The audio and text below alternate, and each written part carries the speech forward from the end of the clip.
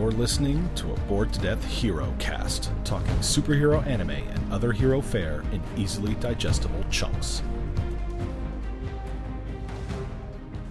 Hello again, ladies and gentlemen, and other assorted gender assignations. Welcome back to the Bored to Death Herocast for My Hero Academia. Yes, we're back.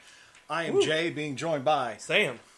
It's been a while since we've done one of these. It's been a while. There's been a lot going on. It's just life getting in the way, and we've just been doing other stuff like with the Titans Herocast stuff that we've been doing, and I still need to get you and Chris in to do take two for Star Wars Visions, because I know because you both have seen that, so we could. Well, I haven't seen it yet. You haven't? I've just been going like one episode at a time when nothing else is going on. Cool. Well, so we can always sit down and watch the rest, and then get you and Chris in to record your thoughts.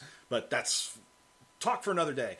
My Hero Academia, still on season 5, which is still ongoing. We've got a lot of episodes to catch up on. We're gonna do. I think we settled on a 5-episode binge. Yeah, 5 this time, 5 the next one, and then hopefully we'll be back on weeklies. Hopefully back on weeklies. It's just we got a bunch to catch up on because My Hero the movie number 3 is coming. World's Heroes. World's Heroes is getting its English dub release in theaters. Sam has never missed one of those in the theaters. Nope. And seen all three of them. This will be my first time seeing it in theaters. So, and I even saw the Demon Slayer one. Yeah, that's another series we'll probably launch into once My Hero is wrapped up, or just jump into it at some. Speaking of both those movies, we're breaking records, theater records in Japan. Yeah, that's insane. But hey, Japan has always been its own. Well, other countries have always sort of been their own beasts when it comes to what's popular in their theaters. But to hear that it's like blowing away even American box office records, once you do the conversion stuff, is just sort of like holy crap. And mind you, both these movies came out during pandemic. Yeah, which is another big shocker. But then the Japanese have been usually a lot more careful when it comes to pandemic stuff. They actually will wear the masks and social distance and everything. So kind of not surprising they would be able to pack people into the box office for that sort of thing. But what are we getting back into here? So when we last left off, we had just wrapped up the cross class combat things, class 1A versus 1B. Oh, to catch up, I've not stopped. Okay. I've watched every single week. Right. So we're catching him up. We're catching me up. Deku's, One for All is starting to manifest other quirks now. He had the Black Whip power starting to manifest, but he doesn't yet have control over it. I hope we get a little more explanation before the movie, because the movie trailer showed him using that like he's Spider-Man. Well, we'll see about that. We had the... Or Venom. We had the Christmas episode where they talked... Aerie. Yep. Lover. Got Aerie back in. And then we, so... Endeavor Agency. The Endeavor Agency is where we're about to pick up again. Hawks is getting closer to the resurgent Meta Liberation Army. And how many people do they have in their thousands? Fold? Over 100,000. We're actually going to start seeing numbers in later Hawks episodes. Sent Endeavor a message which was encoded, and once Endeavor broke the code, the message was, "The enemy is the Liberation Army. They number over 100,000. In 4 months, we need to be prepared." This is not some small, I was about to say fly-by-night operation, but that doesn't really do the League of Villains justice. But this is not some small operation like the League of Villains. Or at least Shigaraki's League of Villains. Mind you, they do have... They have the numbers. They actually have... Shigaraki's group has more power behind it. Well, that's only because... Tomura Shigaraki's group has All for One, the most powerful meta on the frickin' planet behind them. Definitely. Because nobody else really comes close to matching All for One in terms of power. When he was just spouting off what he was using at the time, it's like, strength enhancement times 5. Excuse you? Yeah, because he's just been, just like, that seems like a useful power. Mine now. Wow. I already got one of those. I'll take another. Yeah. And another. That's why it's times They're 5. like Pringles. You just can't stop. Yeah. And so, yeah, there's, 1A got to go home for New Year's. Mm-hmm. Deku's mom is still worried, but she's not as worried as she was before, where she was ready to pull him from UA. Well, it's because she's so scared. It's her dad's left for whatever reason, if not maybe passed. Yeah. He's all she has left. Yep. Deku is that's all she's got left. So to see her baby boy go off and be in such peril all the time, it hurts her every single time. And Hawks was in passing the message to Endeavor, also sort of clued his new interns or whatever into what's coming with the book, the Meta Liberation War, and about Destro. Basically saying that it's bringing up a possible path of the future, which is where the coded warning came from. Yep. So, and the Endeavor Agency, where we have both Shoto and Deku, I believe, and Bakugo. Bakugo's going there also. So we have the 3 Musketeers. Literally the 3 that are going to be in the World's. They're on the cover of World's Heroes poster. I think I have seen I think it's just a fan nickname, not an official in-universe nickname for the 3 of them is the 3 Musketeers, because they're the 3 sort of most powerful students in the class. Students, yeah. In Class 1A. But yeah, so now we're about to jump in with episode 103. We're going through episode 107. One thing at a time, and... Yep, just like we have to take these episodes. we were... Well, we were doing it 1 or 2 at a time. And 2 at a time to finish up the fights. Fights, yeah, because you at least were trying to spare me too many cliffhangers. Yeah, that's why I was like, we should probably get up to 7 for this one. So it's going to be a bit of a long binge today. Then we'll, like I said, we'll be back on weekly or bi-weekly as things progress. And of course, we will be doing a special binge cast for World's Heroes later this month. But I think that about wraps up this little intro. So we're one thing at a time. A little description on this episode reads: as the villains continue to move behind the scenes, Endeavor helps his work-study students with the next steps in their training. So it looks like we're going to get some more development with the League of Villains and everything right now. Some of the thumbnails on some of the future episodes will be dealing with shows that Shigaraki is going to be getting some focus again. Oh, yeah.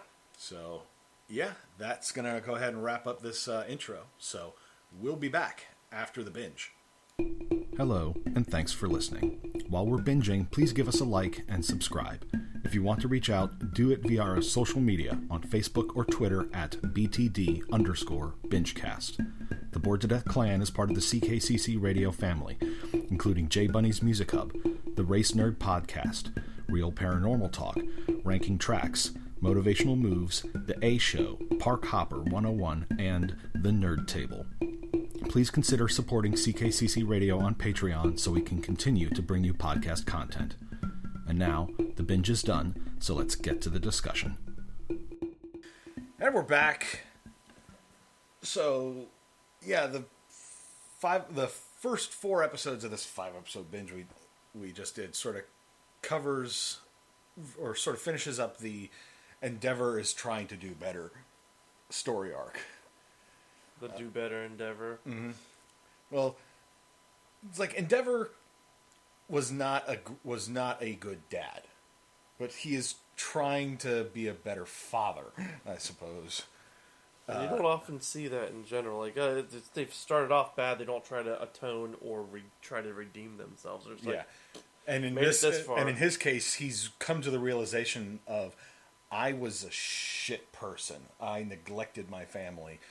I ran from the responsibilities I had as their father, and it's seriously messed up my sons, all my children, really. Oh yeah. And well, Toya's dead. yeah, Toya's dead. Not really, but then we have not yet gotten actual confirmation in the series yet. Shh, don't say anything. You have watched further into the series than I have. Nothing's been shown yet. But we both know, yeah, there is a 0% chance that Dabi is not Todoroki. But at the beginning of the first episode we binged today, we got a little bit of a glimpse into some of the leadership of the Liberation Army. And a bunch of the League of Villains are there. We saw Twice. We saw Toga, Dabi, Spinner. Yep. Basically just those, because Kurogiri was arrested, and Shigaraki got away. But to skip forward to 5 episodes, he's being experimented on by the doctor. Yes, but more on that later, because that delves into the 5th episode we binged today, which we really need to discuss more in depth, but we'll get to that later. Let's talk about Endeavor and his mentorship of let's just go ahead and call them the Three Musketeers, Deku, Bakugo, and Shoto. Because when they arrive at his hero agency, he basically tells them, you're going to be training under me in the field. At first, the sidekicks were saying, "Oh, Shoto's going to go along with Endeavor. You guys are going to train with us." Mm-hmm. And once he was sitting there in his office, contemplating what has been told to him through code, through the code, yeah, from Hawks, he's like, "Well, guess I got to train these three hard." All right. Because he's been given a timeline that the Liberation Army has something major planned for 4 months from now, and that they'll need manpower to address the problem, which is what hence why the commission, who sort of oversee all the hero agencies and everything, is basically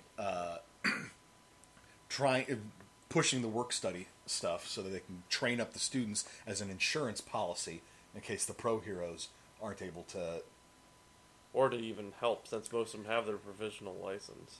Yeah, that too. Or their actual license. The problem is some pro heroes are members of the Liberation Army. We saw that. Slidin' Joe.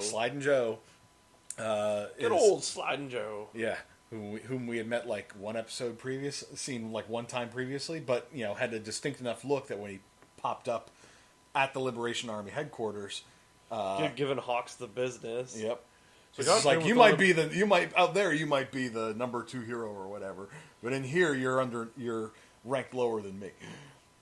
But Hawks is, of course, we know he's a mole within the Liberation Army, but the Liberation Army sees him as a powerful recruitment tool because he's been passing around the Liberation War book.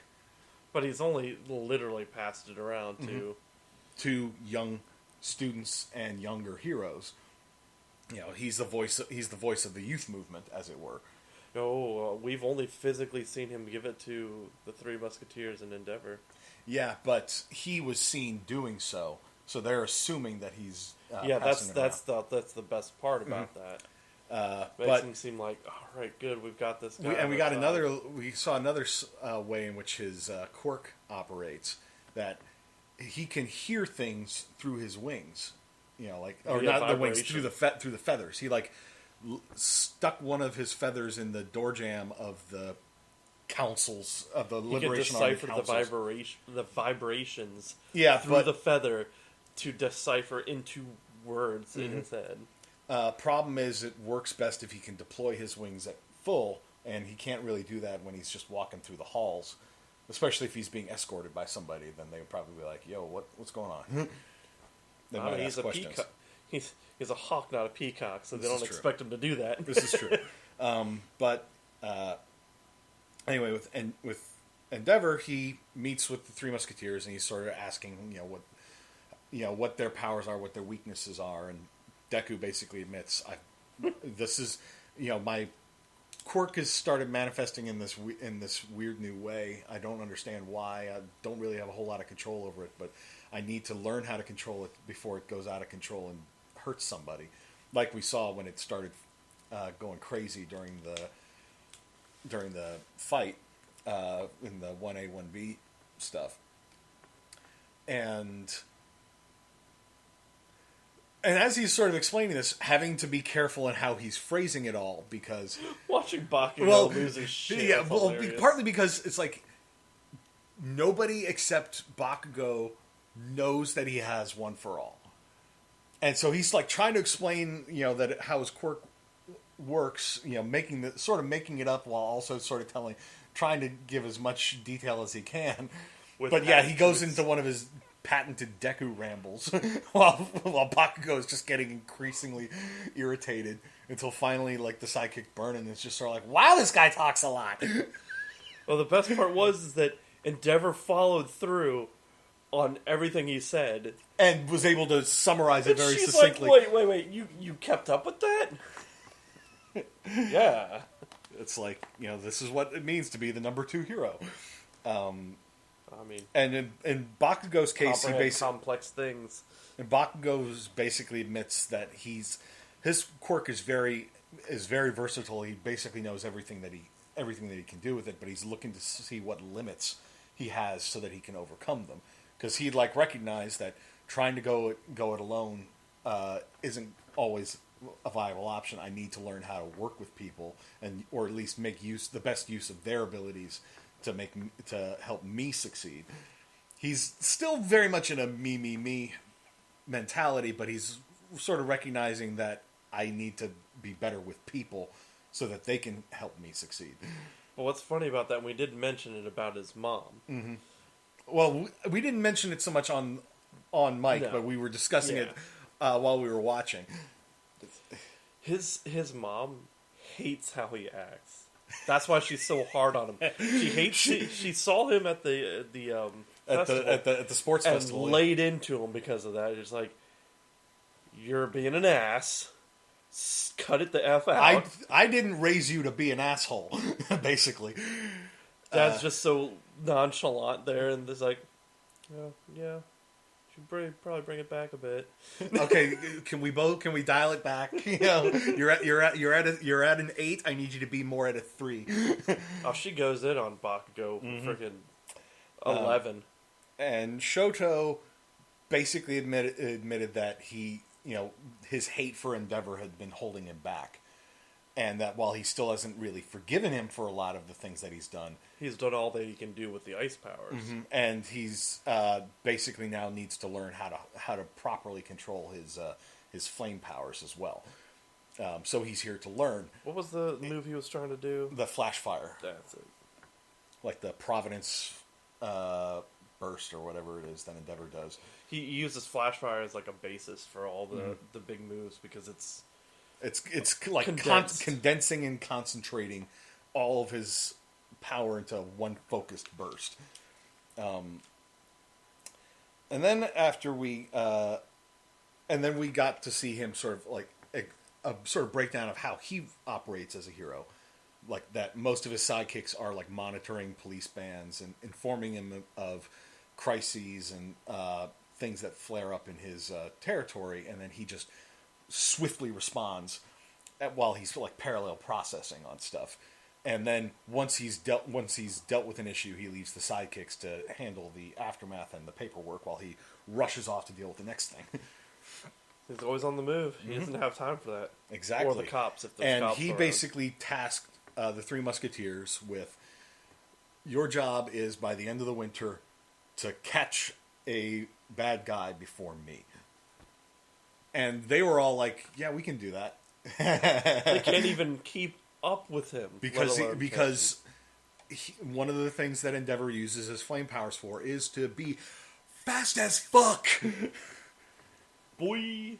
He was literally like rocket powering himself all over the place. And while like flying around with this, can like course change instantly, practically Without losing speed. Without losing speed. And when Shoto tried to point this out to Bakugo's like, he's just copying my explosions. It's like, no. He learned to do this way before you, but it's probably way before you were born. And like, it's just Shoto is more capable of recognizing some of how the power works because of how his powers work. Whereas Bakugo, since his powers don't work that way, took him a moment or so to recognize exactly what was going on. But yeah, the three of them are just doing the best they can just to try to keep up with him, and he is just always that much faster. Then we got a brief little interlude with the girls. Froppy and Ochako and Nejire. And Nejire-chan. Well, Nejire-chan was already working with Ryukyu. Ochako and Froppy were basically doing their work studies with Ryukyu, who is number 10 on the hero billboard. And she's also a fashion model. She is a fashion model, not quite as conceited and vain as the snake hair lady, whose name I can't remember. But I want to say it's some kind of Medusa thing. But... Well, no, I don't think it was that. But she had the snake hair thing. But so the girls, they're being treated well. They get like this gorgeous, sumptuous looking like feast and snacks and stuff. As a surprise bonus for their first day at work. But then Selkie, the literal seal man. Who operates out in the ocean? He is a Navy SEAL. Yes, who is literally a Navy SEAL. Well, he's not officially Navy, but naval. He is a naval SEAL. Yes, he has is in pursuit of. We see him in pursuit of this smuggler ship, and well. I should back up a little bit. During the opening scene when the girls are at Ryukyu's agency, we see a brief little news report about a wildfire in some country called Kaflin. And it was believed that the wildfire was caused by a fire at a factory that was manufacturing a drug called Trigger. Trigger is basically the quirk-enhancing drug. And now, like in an injectable form, and the smugglers that Selkie is in pursuit of came from there, and they believe they are smuggling chemicals that are used to make Trigger. And they get some proof of that when one of the smugglers climbs on the back of the cargo they're towing behind them, injects himself with Trigger, and basically emits this huge smoke screen that hides them from Selkie's ship long enough for them to get away. Also, they had radar or to go to ground too. What? They also had radar jammers. That's right. We didn't find that out until later in the episode. Yeah, so that when they went into the smoke in pursuit of them, they weren't able to just use the radar to try to find where they were. And Selkie's like, they probably went to ground in these islands over here. It's the only place they could have gotten to hide themselves. But it's such a huge island chain that we can't search it alone. We need to request a team up. So he calls up Ryukyu because they need somebody like that can operate in the air. Air and sea. And so not working with land. Ryukyu, of course, takes her three students with her, and the first thing that they do with Selkie, and Selkie's like, I have just the thing for you girls to do. And he basically lets them have fun at the beach. As he explains to Ryukyu, it's just sort of like, the smugglers aren't gonna go anywhere until it's dark, when it'll be easier for them to try to slip away. So there's no point in having the girls be all like tense and everything until then. Let them worked up, stress. Exactly. Let them de-stress before they jump. Before we drop them. Go into it clear-minded. Exactly. And the smugglers, basically, we do know that they They're just sort of like hiding out in a cave. As the light starts to dim, they all move out to try to find them. And when they do, the smugglers make a run for it, and the smokescreen guy again, deploys smoke. And the way the smoke emerges from him is kind of like, well, you were like tryptophobia. I said it's gonna trigger some people with tryptophobia. Yeah, because like holes just sort of open all over his body, and then just smoke. And his eyes turn like all bloodshot and everything when he injects himself too. I'm not sure if that's an after effect of the drug, or if it's just that's what happens when he activates his quirk. But it doesn't help because Selkie, he has like the sonar stuff that he does. So once he gets on board the ship, the smoke's been deployed, but it doesn't matter because he can spot the guy in the smoke and just one hit KOs him, and then storms the bridge. One hit KOs the guy there before he can inject himself with trigger. But by that point, the third smuggler has gotten into the cargo that they were towing, which turns out to be a seaplane, which promptly takes off, and it's too fast for Ryukyu to catch up to. But that's okay, because Uravity is there. And Sirius, Selkie's sidekick, just puts her on like the harpoon cannon on the front of the ship, launches her into open air, which works because zero gravity. She's just holding on to it. And then... just to get the momentum. Oh, we forgot to mention, Uravity has a new outfit. Yeah, she showed that with off some new support gear. And the support gear has a grappling hook in it. Literally like wrist-mounted like gauntlet that she launches the thing, catches the back of the plane, and then just reels herself in, storms the cockpit, uses her gunhead martial arts skill to take the guy down. She makes him weightless so she can chuck him to the ground as fast as she can. Yep, which is a nice way to... genius. It's she a genius makes way him weightless, starts the motion, and releases. Yeah. To have weightless, full effect. and so it's like, the body size and mass doesn't matter when you're weightless. Which was smart for her to go to Gunhead for her training, because she's like, I need hand-to-hand combat. Well, no, she recognized that hand-to-hand combat was where she was weak, so she went to a guy that specializes in martial arts, and then learned how to basically combine her quirk with the training in the best way possible. But then, the problem is, she just took out the pilot. She doesn't know how to fly a plane. She can float. She can't fly. Mm-hmm. And she is like barely managing to keep the thing stable, but it's going down. The engines are stalling, and Ryukyu is just like, make the plane weightless. And it's a strain on her powers, but she manages to do it. Well, Nejire helped too. Yeah, by like slowing it down. She leveled it. Mm-hmm. She like leveled it out so that she had time to make it weightless. And then Ryukyu in dragon form just catches it, brings it down in a safe manner. And then, then we got, poor Uravity then had to throw up for a while because... And found out that they actually did have all all the chemicals were... They had all the drugs on it. And the chemicals to make more of it.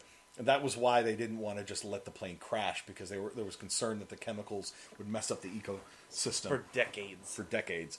I don't know how true that would necessarily be, but we don't know what kind of chemicals were on there, so we'll take their word for it. And we learned that the smugglers were en route to some country in Europe, which raises all kind of alarm bells that the Liberation Army is not just targeting Japan. My thing is that the Liberation Army is doing, or is this somebody else completely? That's another fair point. Because Liberation Army we've yet to see them use any kind of power enhancements. The people we saw use the power enhancements were thugs that were buying them off the streets, and it was being manufactured by the mafia under overhaul. The Yakuza. It wasn't Yakuza. Hasaikai. The Shiei Hisaikai. Well, the Shiei Hisaikai were basically born out of the Yakuza who had been steadily losing power because of quirks and everything. and Overhaul had just sort of quietly Rebranded. taken control and rebranded it to try to get them back on top. But then, of course, the League of Villains stepped in and it's just sort of like, we'll take these drugs that you made and the quirk canceling bullets. And we're just going to take your powers away. There's another thing about it is they've said there's always been some kind of weird quirk enhancing drugs out there. Mm-hmm. So, but nothing like Trigger. Trigger was like something new. yes, Trigger's just another new one, or it's just a new name for it. I don't think those have anything to do with the style that they used. That's a fair point. Because the stuff that the Shiei Sakai were making were pills, I think, as opposed to Trigger, which is injected. They showed the blade guy that fought Kirishima, and I think it was a pill. Regardless, in the epilogue of the episode, we caught a glimpse of a couple of people somewhere in Europe. One of them informing the other that the shipment was intercepted, but the guy that he's reporting to is like, we already have enough for the plan. And the guy said something about how humanity shall know salvation, which is also very concerning. Which doesn't really sound like either the League of Villains or the Liberation Army. That's true. Could be. This is setting up the next villain arc in season 6, sort of thing. Season 6 or the movie itself, because possibly World Heroes. It says there's Egypt, Europe, and some other hence countries. World Heroes. This could be just like the little lead into that. And then we got Meta Liberation is mostly Japan. Yeah, and then we got back to the Endeavor arc with we got an episode that was very heavily devoted to how messed up the Todoroki family was. Literally, it's called the Hellish Todoroki family. But at its core, Fuyumi, Endeavor's daughter, who is the sweetest girl. She calls up her dad and says, "Why don't you bring Shoto and his friends around for dinner? I want to meet them," kind of thing. And it would be nice to have a family dinner again. Yeah, and Endeavor spends a lot of the episode reflecting on the choices that he made and how he treated his family and just how much he messed up. And this is all stemming from when he realized that he was now going to have to be the number one hero because All Might could no longer do the job, and the pressures being put on him with that sort of caused him to have to reflect that, well, because he recognized, I am not like All Might. I don't have the same sort of charisma or the mindset, or the same mindset as him. I need to do better, kind of thing. And but when the dinner comes around, Bakugo being typical Bakugo again. So I still think he was kind of a jerk outside, like really much of a jerk. Like he wasn't prepared for it. Yeah, it's like, wait, what do we do? Why the hell are we here? Because we were invited. What? And well, it wasn't just that. It was when Fuyumi was just sort of like, you must be Todoroki's friends. And he's just sort of like, he starts yelling at Shoto. He's like, you need to tell her that we're not friends. Oh, he said that outside. That's before right. They went in. That's right. He didn't show his ass too much inside the house until things basically got to the point. But even then, it was less him showing his ass and more just being like, the dinner would have been a lot better if it hadn't been for the family drama. I love it when he said your muttering has ruined the taste of the tofu or whatever. But because it was a lot of like food porn shots of like the fried chicken and the shit made me hungry. Yeah. Well, and this is all still during like the winter holidays. This is post Christmas, but it's probably like during Golden Week, is my assumption. Fried chicken is actually in Japan now considered like a traditional family meal around Christmas time. Not just fried chicken, KFC. Oh yeah, I know. Kentucky for Christmas. That is literally how literally like the slogan that they use in Japan for that. But yeah, it's everybody's trying to be polite, and Natsuo, Shoto's older brother, is there, and it's just, but there's just a lot, yeah, begrudgingly, and it's just there's a lot of that awkward silence where it's just like Natsuo really doesn't want to be there because Endeavor is there, and Papa's present. It's just there's a lot of that awkwardness, and of course, when Deku has some of the fried chicken, he's just sort of like gushing over how good it is, and just goes into one of his rambling moments before Bakugo starts yelling at him. And eventually, Natsuo is just like he's like I can't do this, and basically gets up. Thanks for the food, sis. Gotta go. Yeah. Because he's in college, somewhat nearby, but he's just sort of like, I can't do this because he can't really be around Endeavor, and Bakugo and Deku are sort of wandering through the house, just sort of cleaning up the dishes, and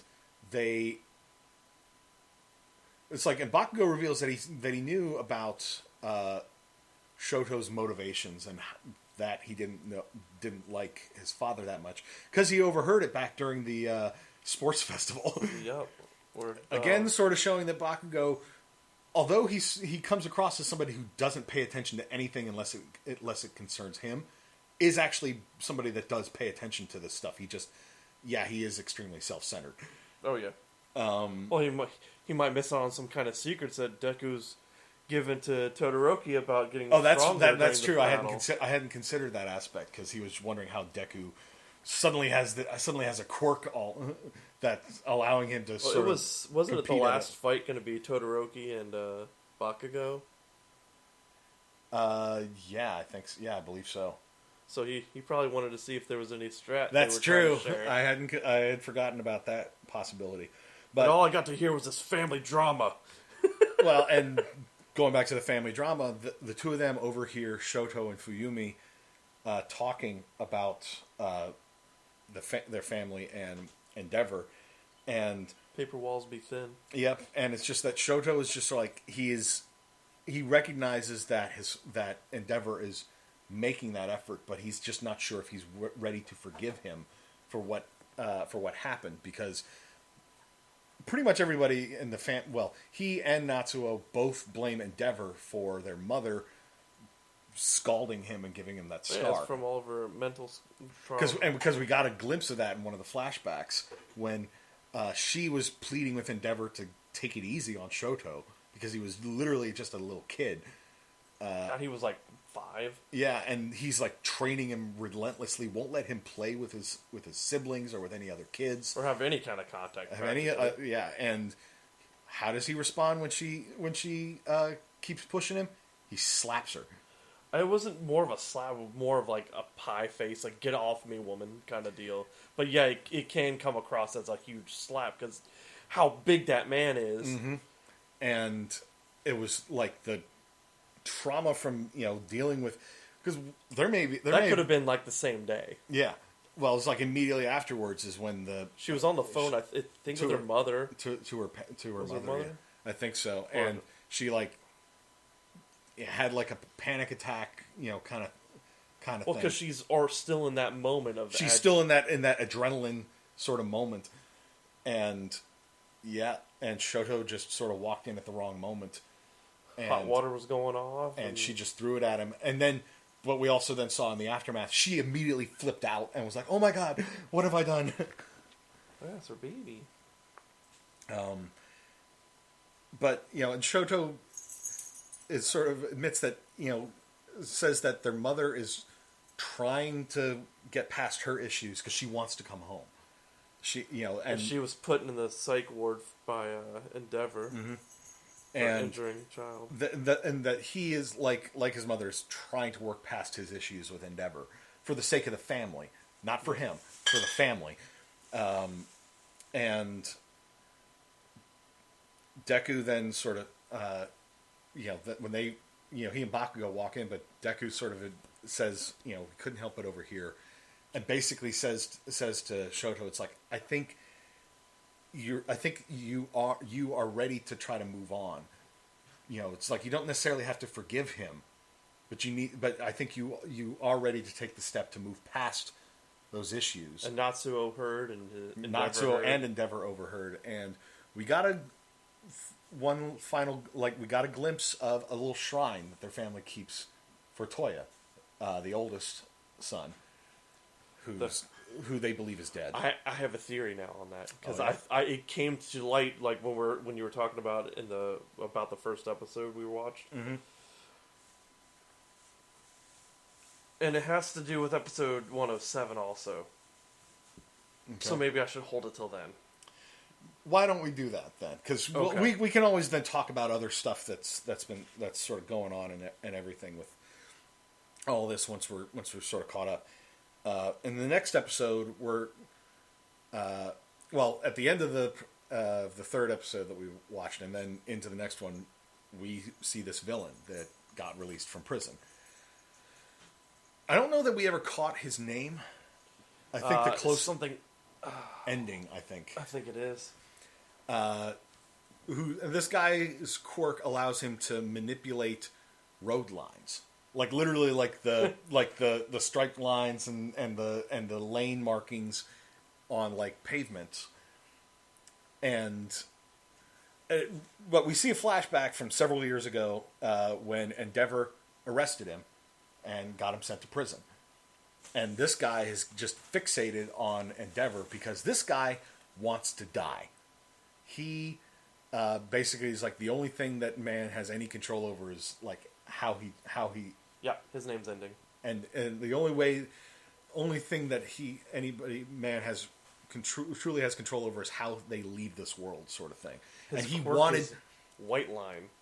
Okay, but he had wanted Endeavor to kill him in that first encounter, and instead Endeavor had held back and had him arrested. And he's bided his time. He's done his research.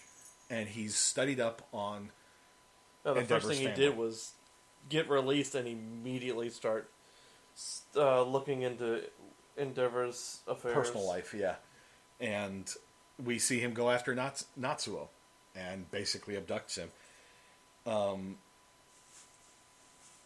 But before, while all this is going on, Fuyumi sits down with the Three Musketeers and basically tells Bakugo and Deku about what's going on in their family drama, and that the reason Natsuo is so angry with Endeavor is that he and Toya had been very close, and that Natsuo therefore blames him for Toya's death.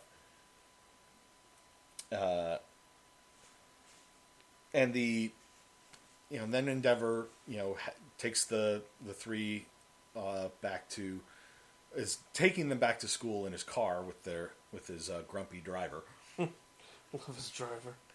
Well, and then the grumpiness of the driver comes out because Bakugo gets frustrated.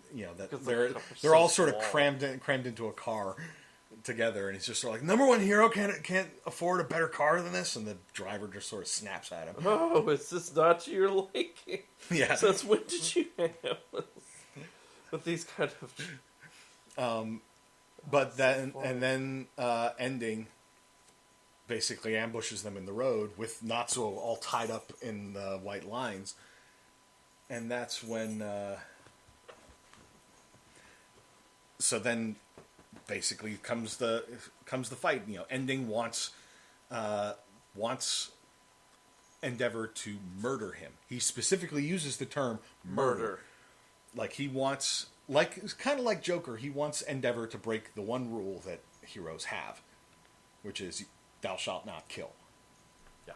And so he's like, look, I've abducted your son. I am going to hurt and kill your son unless you kill me. And Endeavor's, charging in, but it's when Natsuo gets put in the way like a human shield, he, has like he sort of has a brief sort of like blue screen in his head because, you know, he realizes that his family's been put in danger because of him. And that's when the boys get out of the car, start taking off to go after the villain. Has to stop real quick because the driver's like, "Didn't you boys forget something?" and launches their uniforms out. Like how the trunk of the car is built to hold those briefcases and launch briefcases. Hey, you got to be prepared. And so the boys all basically leap into action with Bakugo manages to rescue Natsuo. Because Natsuo had been sort of thrown into the path of an oncoming train. And Bakugo Did you gets see how he did the turn? Yeah. Like how fast he got out there and then did the redirect straight up. Mm-hmm. Because he learned. He saw, hey, if the number one hero can do it, I need to learn how to do it. That's because Deku also mentioned it's like the AP shot. Yeah. He's like, how do you even know that? It's like, because Bakugo pays attention to everything his classmates do. No, Deku mentioned it to him because he noticed how he used it. Mm-hmm. No, I'm saying it's just like the AP shot kind of thing. It's just like, oh, I get what you're saying now. Yeah. That Deku, because he has a very analytical sort of mind, saw how Endeavor used his course correct trick, and from there was able to put it in terms that Bakugo would be able to understand. And because some cars with civilians inside have been lifted up by the white lines as well, Deku steps in and rescues all of them using Black Whip.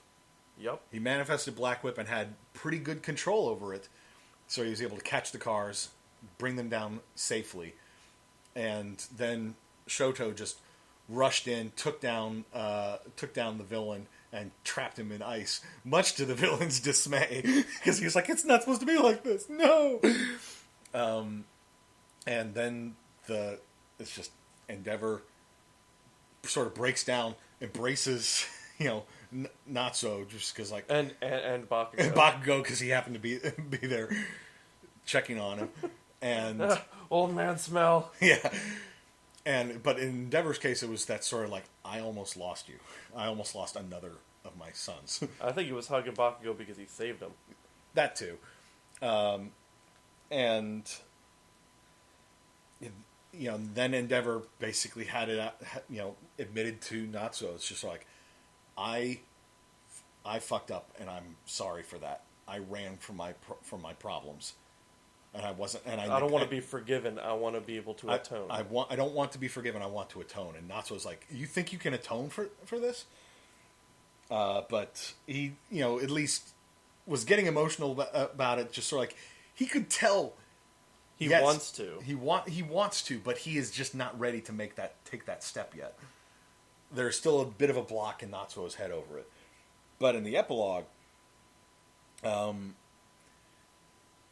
Endeavor tells Natsuo and Fuyumi, I'm going to get a new house for you guys. It's more convenient for you two, so you don't have to come out here. And I'm going to bring your mother in to live with you guys again. And I won't be there. Because he commented on a vision that he sort of kept having of how happy the family was at the table, at the dinner table, having a good time, but that but that he wasn't at the table, and he recognized that's why they're happy, because I'm not there. Forgive some of the noises in the background. Shadow Cat is here playing with the Binge Cat. He was getting a little feisty. So he was starting to get a little bit feisty, so trying to burn off some of that energy. Anyway. Distraction. Yes. But that's like a sign of maturity on Endeavor's part. That it's like coming to terms with, I'm useless. The best part about it is he says, I'm going to get you guys a place. Because within those walls are looking around, knowing what had happened, how he treated. There are too many bad memories in this place. Yeah. And it's like, I'm going to live with this. You guys don't have to. Here's your own place. Yeah, exactly. Start anew. So, And maybe, I don't think he said it, but I know he's thinking it, that maybe at some point you guys can accept me to come back at some point. it's just like, but that's your decision, Yeah. not mine. But that's why he never even mentioned it. Yeah. It's probably in his But head, I agree. not- I'm sure that's in his head. That just like he wants to be part of that family as well, but he recognizes the family needs to heal together without him, and then see if they are willing to let him back in. But then we had episode 107, which is when we got some heavy stuff. This is a heavy episode. Because this episode touches back on the League of Villains. As the students are all getting back to school, and we see them playing a little bit of catch up and everything. But and Aizawa then gets called in by the authorities for a particular reason. And Mike. And then we see him and Present Mike going to Tartarus prison. Where, What did you think at first? well, I've seen them go to Tartarus prison. I didn't think that they were going to see All for One, because Okay. I didn't think that, but I did think that they were going to go see somebody there, but I didn't know who. And it turns out they were being called in to see Kurogiri, the guy with the warp gate powers. But as they're being led through the prison by Detective Tsukauchi, I finally managed to get the guy's name down, but I'm probably still just going to call him Detective because. But he and Gran Torino start explaining some. I of just realized all the different Star Wars references. Gran Torino's Yoda. yeah, short little guy, you know, Cane. with a cane, who pretends to be more senile than he actually is at times. Teaching the next generation along with the previous generation, the generation before that. But they start explaining what they know about the Nomu, and that the Nomu, aren't human anymore. That they're too messed up internally from what's been I done think to there's them. some kind of rewriting or coding they do to their brains to make them just. They are no longer what they once were. But They're Frankensteins. yeah, basically. But they also specified. Well, they also said that they were. Kyoguri. They were. in That particular. they also said that they were puppets, with no will of their own. Yeah. And they were basing this off the Nomu from the USJ attack, and then other Nomu that they had captured. The high-end Nomu that Endeavor took out. They figured it out. They were starting to figure out what they were planning, and because it seemed to them that all the Nomu were experiments to try to give somebody multiple quirks. And we always thought But that the problem was it just always destroyed their minds. giving them too many would destroy them. It's just that their bodies weren't conditioned or don't have the conditioning to be able to take on as many quirks. Exactly. And they specified that, but they also had managed to notice elements of either base quirks or DNA matches Personality too. and personality traits, because the high-end Nomu seemed drawn to power and the strongest people, and they had found out that the high-end Nomu had, before whatever had been done to him, had been an underground fighter. So that sort of tracks with the personality. But when it comes to Kurogiri, They got nothing. they had nothing, and they revealed that he had been talking with them, because that was another big shock, that Kurogiri is a Nomu. Yeah. We had, I had assumed that he was just a normal person with a quirk, and it wasn't a case. It wasn't that, but they basically found that there was a base quirk underneath whatever had been done to Kurogiri, and the problem was that base quirk leads to a former would-be hero named Obara Shirakuma, who was Aizawa and Present Mike's classmate, their best friend. The three of them had been even planning to start their own hero agency when they graduated from UA. And both of them were horrified to learn this. Oh yeah, Zawa the most. Because they were kind of like parallels with how withdrawn he is, but his friend was always dragging him along. It's like, sure, just like, I'm not going to let you just sort of retreat into yourself. Come on, man, come on. He was the one who got him engaged in stuff. And, had sort of inspired them to, be heroes together. That he, is just like, well, there's the three of us, we're Star only hero agency. The other two will look at will look out. If one of us starts to fall off to the side, the other two will help cover for it. That's why we got 3. Exactly, and so they're basically tasked with trying to bring out some aspects of Shirakuma's personality, and Kurogiri doesn't seem like he's fallen for it, and Aizawa turns on his quirk on Kurogiri, and the mist doesn't go away, which is a really bad sign about what's been done to him. But and it's like they almost put something on there too. But he can't make physical manifestation quirks go away. Like, he can't use that on the principal, or better aspect, tail. Yeah, you can't make the tail go away.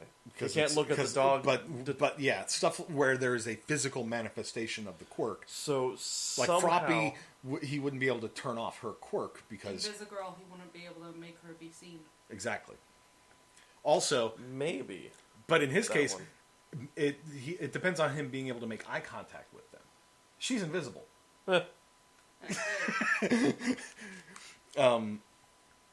So they must have used him because he was able, All for One was able to take those kind of quirks before and put them on somebody, so maybe he used that to hide that person was who they once were before. So that's why it's the multiple quirks, even though he only really has a warp gate. Yeah. It may just be that whatever was done to him suppressed his original quirk so much, and then they just sort of grafted the warp gate quirk onto him. Because he had some kind of teleportation, I think, to begin with.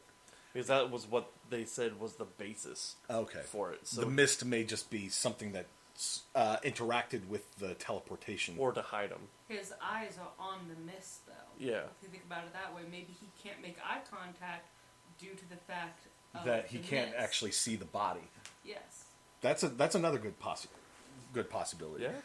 And who knows? Maybe in a future episode they'll address that sort of thing. Maybe, but regardless, Mike and Aizawa are like basically start freaking out. Like yelling at him because he's gives like no indication that he recognizes who they are at all.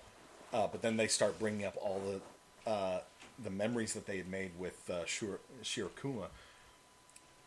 And you can see him. He's like starting to glitch out. Like the eyes on the mist are like twisting they said they're around. getting some agitation, and then they started like pounding him with questions through the glass. The detective was like, "Okay, where's Shigaraki? Where are they? Where are they? How are they making the Nomu? Where are they making the Nomu?" And so like Aizawa was like, "What did they do to you? Where did they take you? That they did this to you?" And he's still like sort of like shutting down. He like starts to freak out. And then factory reset. And then they like hit the reset switch on him. So like the mist sort of pulls back in, and the eyes stop glitching out. But they can just see Shirakuma through the mist. He like pulled apart almost from it. Mm-hmm. So it was just like him, and he said hospital.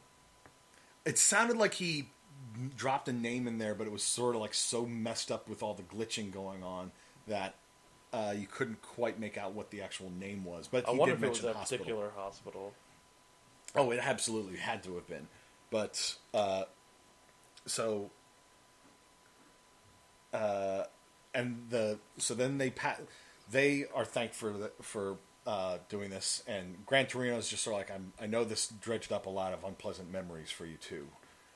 But this is for a good cause. This will help us take these people down.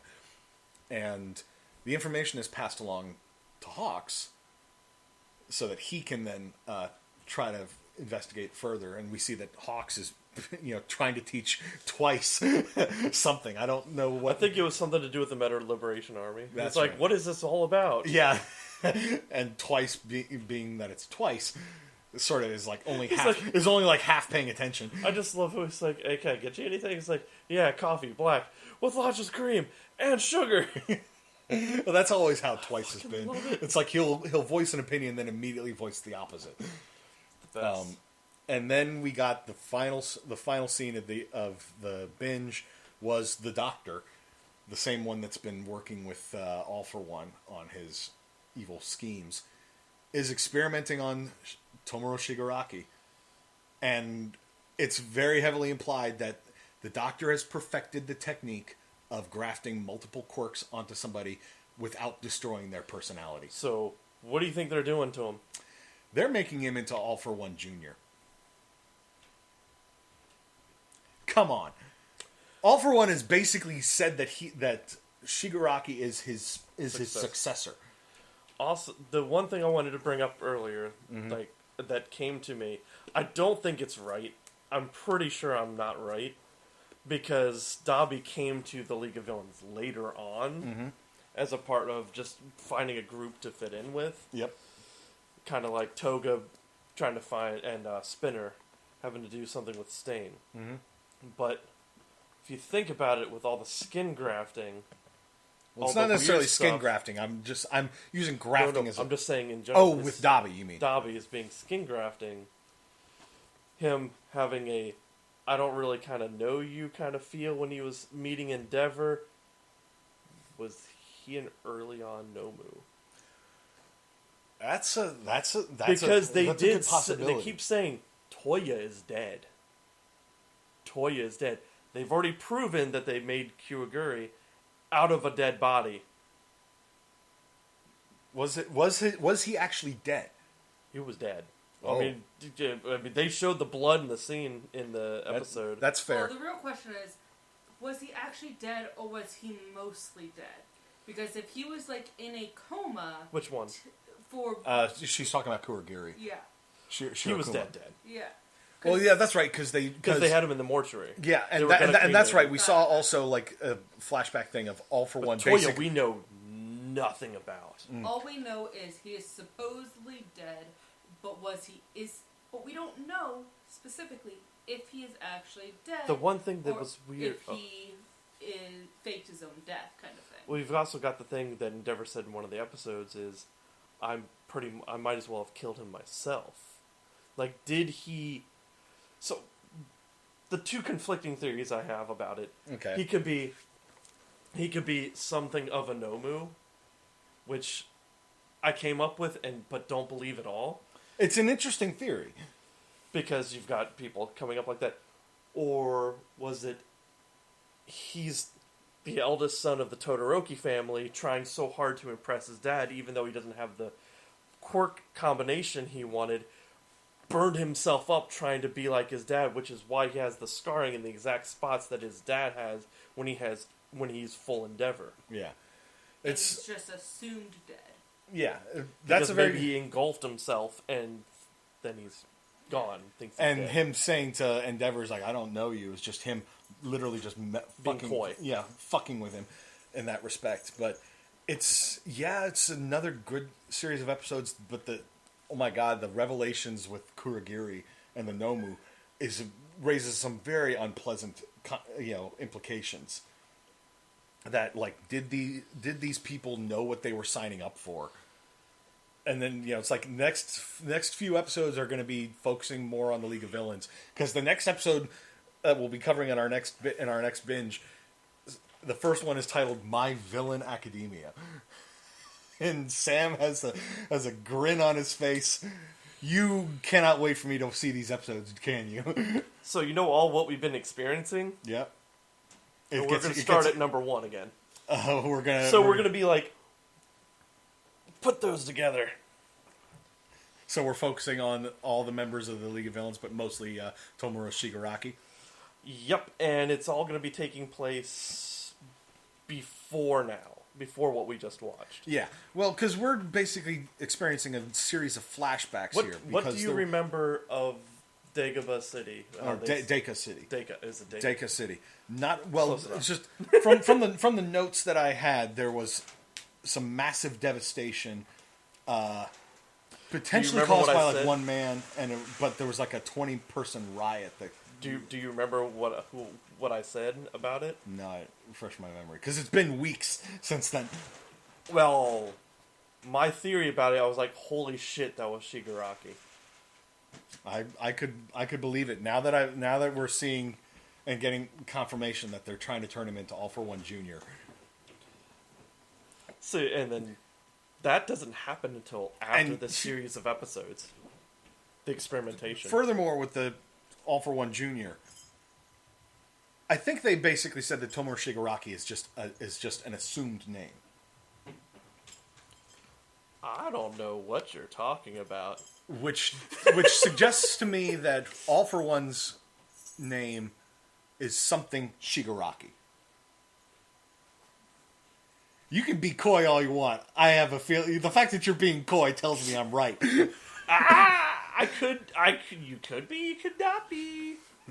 All I know is it was another good series of episodes. I still just love the world that they're doing here, and I'm glad I was able to get you all into the world it. building that they put into it. It's just it wasn't too bad a tooth pull to get you into watching this. This is true, and there are plenty of other series that will be also touching need on. to finish One Punch Man. Yeah, that's true. We need to do that. Maybe once we're done with the next 5-episode binge, we can start doing that some more, or do it on the off weeks when we're not doing My Hero. But yeah, it was a good couple things. Anything else you want to add? While the Binge Cat has some zoomies behind us. All I can think is jingle, jingle, jingle, jangle, jingle, jingle. So yeah, nothing further to add then. So Sam, am I correct in saying that next episode will go back in time about 6 months? Is that correct? Possibly why?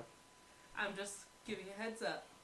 I don't know. I don't have a good grasp of the to timeline for me to completely understand what you're. This goes back to before the destruction of that city. I figured that would probably be the case. And I think it was about like 6 months prior, rough. Yeah, they mentioned something earlier on about when Deka City happened. Yeah. But yeah, I think that's going to go ahead and wrap up this edition of the Herocast. So for Sam and Shadowcat and the Binge Cat, I am Jay, and we'll see you next time. Wait, you forgot one thing. What's that? Plus Ultra! Thanks for listening to the Bored to Death Bingecast. Be sure to check out our library of past podcasts via CKCC Radio or via our YouTube channel, and give us a like and subscribe. We'll see you after our next binge.